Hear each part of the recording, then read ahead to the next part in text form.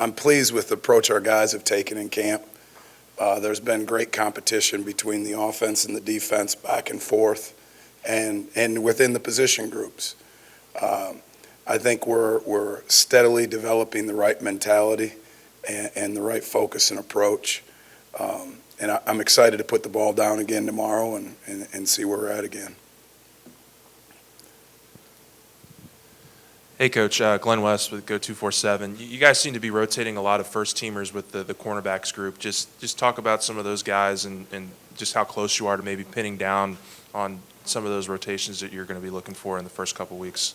Yeah, we got great competition there. I mean, we got 4 older guys that we feel can play winning football, and then 2 younger guys that are really come on. I see that being just that, continuing competition. We're going to evaluate it again after the game Saturday. But a position that we were a little bit concerned about the depth coming in has kind of been a position that's developed into almost a strength. So I'm excited to see where that goes. And I love the competition that's being bred there. And those guys, I love their approach every day. The 4 older guys in particular, if there's a situation where they're up with the first team defense, they have obviously a great approach. But when there's a situation they're up with the second team defense, I see the same focus, the same mentality. All right, those guys just love to play. Hey, Coach, Jacques Doucet, WAFB-TV, here in the back. Micah Baskerville is a guy that made a lot of tackles last year and last year. But what does he have to do to kind of move up in the pecking order and get some more playing time? Yeah, I think Micah's doing a good job in camp, and we just got to keep pressing. The one thing I love about Micah is he's kind of the jack. He can play all 3 spots.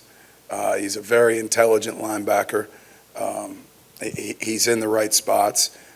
Just need to keep seeing him apply the physical part of the game, which he's doing a good job growing from there.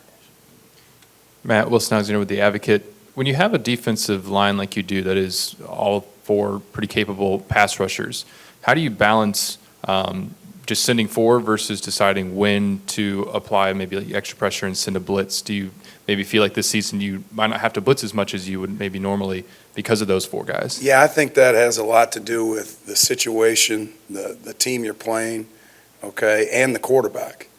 When you get involved with either the analytics part of the game, a quarterback that can move with his feet, there's certainly times where you need to fill up another pass rush lane. There's also times where you need to get after him with 4. So I love our front, okay, and I love that they can generate pressure with 4. But there's certainly still times to pressure. If you become one-dimensional to the offense, then you make it easy on them. All right, and the reality is if you mix in enough pressure, it helps your 4-man rush. It helps you get singles in the pass rush game. Coach, just through the early portions of practice, it looks like you're so multiple, and I don't know if that's by design or if that's still trying to feel out who kind of fits where. Could you kind of allude or answer, I guess, are you planning to be that multiple with personnel packages, or is it really just figuring it out as you go? That's a great question. No, I think there's a little bit of both of that. We're intentional with our multiplicity, okay? And the more looks you can give the quarterback, and then also, I mean, kind of to the point that guys have brought up in here, with the competition, guys deserve different roles. And we want to put our football players in the best position to succeed. All right, so sometimes that means putting in different sub-packages based on situations. Brody Miller with The Athletic. I guess this might be obvious, but when you have a guy like Maason Smith that can just cause disruption by himself sometimes, how does that kind of change the freedom you have as a play caller? Sure, I think the one thing that you can't, I mean, when you have any type of dominant defensive lineman, it covers up for mistakes. And it covers up for mistakes that you make as a play caller, right? I mean, great players sometimes overcome coaching, right? And he's a guy, along with some other ones, that being dominant up front helps you. And anytime you can change the line of scrimmage, that's disruptive to the offense. And not just in the pass game. We get so caught up in defensive linemen applying pressure to the quarterback. And although that's incredibly important, in college football, it still comes down to whipping the guy across from you in the run game. All right, Coach. Jacob Verdant from the Verdant Verdict. Defensive schemes are similar to puzzles. What would you say is the most important piece to your puzzle? Yeah, that everybody understands it, right? You can't be, until guys are able to understand and execute, that's the number one thing. So kind of like way back when I first got here, you got to make it teachable, learnable, and then executable. And that's the key to it. And I think the further you progress, the more multiple you can become. Matt, Sheldon Mickles at the Advocate. This school has been known for DBU and linebackers a little bit. It's been a while since the defensive line. Can you allude to the depth you have there now, and also the options and flexibility? How comfortable are you with what Ali Gay and BJ give you? Yeah, I think Ali and BJ are doing a great job off the edge. You know, Savion's coming along on the edge as well. Desmond's applying some competition off the edge. You know, Quincy is getting better and better with every opportunity. And the thing about that too is they're doing a good job where they can play multiple alignments on the front, and that gives you great flexibility. And also, when you start getting into game week, it allows you to get the best matchups you possibly can in situational football. Coach Tim Buckley with Tiger Rag. Sticking with that, with Ojulari in particular, how much of the way you plan to use him is it's just suited to his skill set? How much of it has to do with the fact you got Gay on the other side? And then in terms of the next level, is that like what his skill set is potentially at the next level? Yeah, I think, you know, I hate to say this, but you get so caught up. All I'm worried about is the next practice, the next. Do I think BJ has a skill set that, you know, has a chance to be elite? Absolutely. And as far as your question, comparing him to Ali, they are a little bit different. I mean, BJ excels in space. BJ is a guy that he can come off the edge, but he still can hold an interior gap as a 6 technique. We feel like he can whip a tight end, but we're not going to put him in a 4-eye inside a tackle, where Ali gives us a little bigger body that can do those types of things. Ali can slide around on third down, you know. So they are different. I hope that answered your question. Hey, Coach Cookie Riley with The Advertiser. I was sort of curious as to how the depth chart at linebacker sort of shaping up. I know Wes Weeks seems like he's created a bit of a role for himself as well. Yeah, I think we've had good competition there too. I've been really pleased with, in general, how as a defensive unit our guys are competing, challenging each other, still in a positive way pushing each other in the meeting room. I've been pleased with their approach and their focus on, I'm going to take advantage of my rep. Wes is certainly a guy that's improved from spring, and we got a lot of trust in Wes to go out and execute. Hey, Coach. Leah Van with The Advocate. We've seen a lot of Colby Richardson in practice. Where do you see his role being this season, and what has impressed you about him? Yeah, Kobe's one of those 4 older guys I was talking about that's continuing to compete. I love his approach every day. I mean, you're talking about a guy that's going to take advantage of every opportunity LSU gives you away from the football field. I love the way he approaches nutrition. I love the way he approaches training. I love the way he takes care of his body in the training room.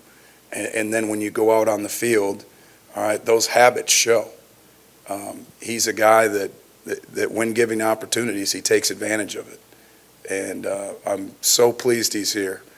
And aside from that, the one thing off the field, I think he brings us a great presence. He's a great teammate. Coach Peter Rodriguez from the Reveille, kind of circling back to BJ, what have you seen from him kind of as a leader, not just with the defensive line, but with the defense as a whole? Yeah, I love, number one, that BJ, I mean, he's one of our most coachable guys on defense. He yearns to learn, which is huge, right? I love that he's a man of character. When a guy in our room talks about BJ, they talk about him doing the right things on and off the field. And that, you know, that accountability shows up on the field. Hey, Coach, Harold Perkins seems to have great speed moving sideline to sideline and for a freshman. How is he doing so far with you? Yeah, Harold, like you just said, his speed and his athleticism flash. I absolutely love how Harold approaches the game. I love how Harold wants to be corrected. With that being said, it's, I got to look at my practice script, but it's practice 13 for him. So every day is a new learning experience you can imagine. He's seen things that he hasn't seen before. He's being exposed to different things. So it's definitely been a learning process for Harold. Hey, Coach, just a couple of returning players that you guys are really relying on here early. Coach Kelly's been very complimentary of Major Burns at safety. Just maybe talk about what's kind of stood out to you about him, and then also Greg Penn, another linebacker that you're coaching up. Just what has allowed him to take that leap this fall? Yeah, the thing that stands out about Major is he sees the game, he speaks the game. He's a great communicator. Some guys, when the offense comes out, they don't always process fast, right? And it's a process to teach them how to process formations, down and distance, splits within the call and the execution of the defensive system.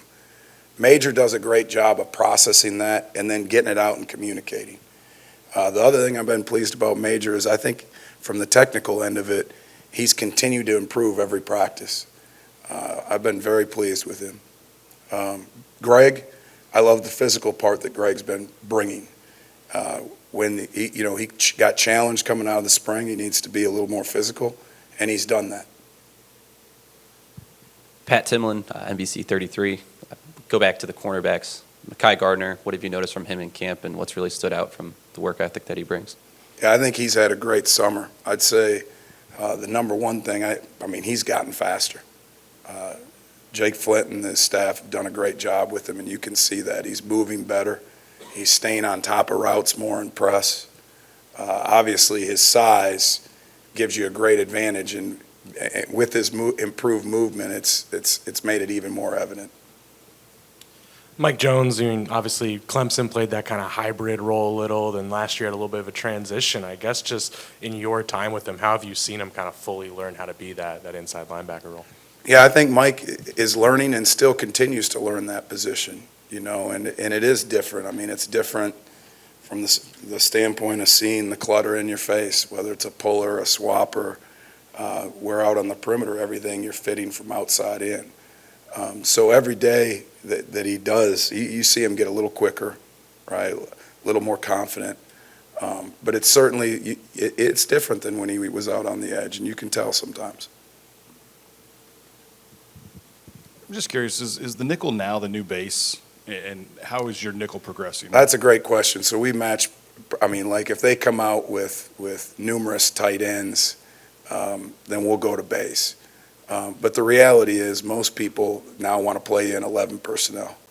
And so, yeah, when we're in 11 personnel, we're basing out of what we call a big nickel or buffalo. Who is that for you? Right now it's Greg Brooks and Sage.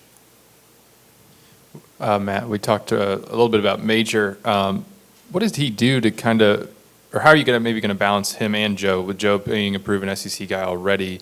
Is that just sort of a luxury to have two guys there at safety? How's it kind of shaping up between them? Absolutely. It's number one, it's great competition. And, as we said this before, this is a bloody nose conference. You can't get through this and be a great football team with just one guy. And that competition and the depth that's created, and we'll put them in situations where you may see them both on the field at times, you may not. But we're going to need them both, I can promise you that. Matt, one more thing on Alligay. He had a really good year 2 years ago, and then last year had the injury. When you come in, what do you see? What sticks out to you right away when you saw the film on him? Yeah, I think number one is length, right? He creates, he's got elite length. He's a good speed to power rusher. When he uses that elite length along with the speed, he can generate so much power, and the torque he generates on a tackle can just be different. From just a mentality standpoint, the guy loves to be taught, and that's big. Hey, Coach, kind of an off-the-field question, but what made you get into coaching, and why do you coach? I think number one, I love the players. It makes you feel young. I love the competition, and I still like the schematic part of the game. I like the angles and the numbers and that part of the game. Thanks, guys.